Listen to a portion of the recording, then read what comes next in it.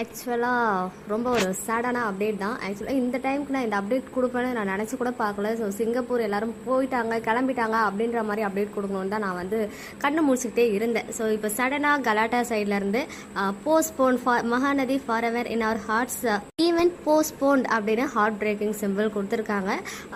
ஆக்சுவலாக போஸ்ட்போன்ட் அப்படின்னு சொல்லும் போது எத்தனை நாளைக்குன்னு இன்னும் தெரியல.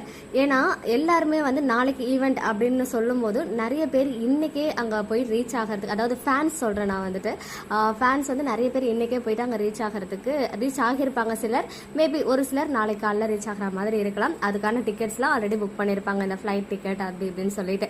இது கொஞ்சம் கூட சரியே கிடையாது. பட் எனக்கு வந்து உள்ள எப்படி சொல்கிறதுனே தெரியல, ஒரு மாதிரி அதை பார்த்ததுமே ஒரு மாதிரி கண்ணெல்லாம் கலங்கி எமோஷனல் ஆகிட்டேன். ஆனால் வந்துட்டு இந்த லாஸ்ட் மினிட்ல இவ்வளோ பெரிய ஈவெண்ட் ஆர்கனைஸ் பண்ணுறவங்க போஸ்ட்போன் பண்ணுறாங்கன்னா கண்டிப்பாக ஏதாவது ஒரு வேலிடான ரீசன் இருக்கும்னு தோணுது.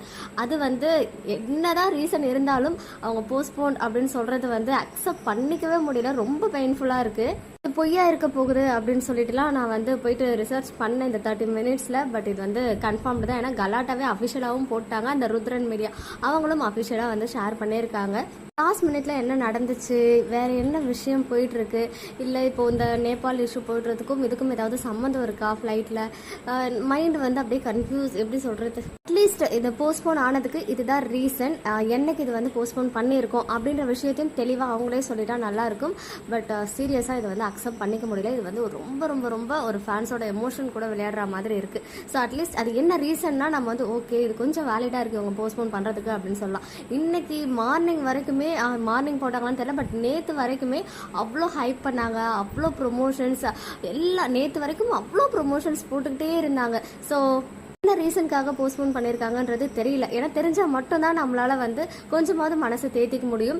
எல்லாருமே இத்தனை 2 மாசமா கிட்டத்தட்ட காத்துட்டு இருக்க ஒரு விஷயம் 29ஆம் தேதி எப்போ வரும் அப்படின்னு சொல்லி. பட் இவ்வளோ கோவப்படுத்துவாங்க, ஃபேன்ஸோட எமோஷன் கூட விளையாடுவாங்கன்னு சொல்லிட்டு சத்தியமாக நினைக்கல. ஸோ எல்லாரும் எந்த ஒரு மைண்ட் ஸ்டேட்டில் இருப்பீங்கன்னு சொல்லிட்டு தெரியும். ஸோ வெயிட் பண்ணுங்க, என்னதான் அங்கே நடந்திருக்கு, அஃபிஷியலாக அதுக்கான ரீசன் என்ன அப்படின்றது தெரியட்டும். சிலர்லாம் அங்கே போனவங்களாம் நினச்சி ரொம்ப கஷ்டமாகவும் இருக்குது, வருத்தமாகவும் இருக்குது. இதுக்கு அவங்க பதில் சொல்லியே ஆகணும். கலாட்டா அண்ட் அந்த ருத்ரன் மீடியா என்ன போயிட்டு இருக்கு அப்படின்றத சூன். ஏன்னா ஃபேன்ஸ் எல்லாம் இப்பயே கமெண்ட் பண்ண ஸ்டார்ட் பண்ணியிருப்பாங்க, அதிகமான கேள்விகள் கேட்க ஆரம்பிச்சிருப்பாங்க. ஏன்னா வீக்கா ஃபேன்ஸ்லாம் சும்மா கிடையாது, லட்சக்கணக்கான ஃபேன்ஸ் வந்து இதுக்காக காத்துட்டு இருக்கோம். வேற வேற கண்ட்ரில இருந்து அங்கே வராங்க சிங்கப்பூருக்கு. இங்க இருந்து எவ்வளோ ஃபேன்ஸ் வந்து டிக்கெட் புக் பண்ணியிருப்பாங்க.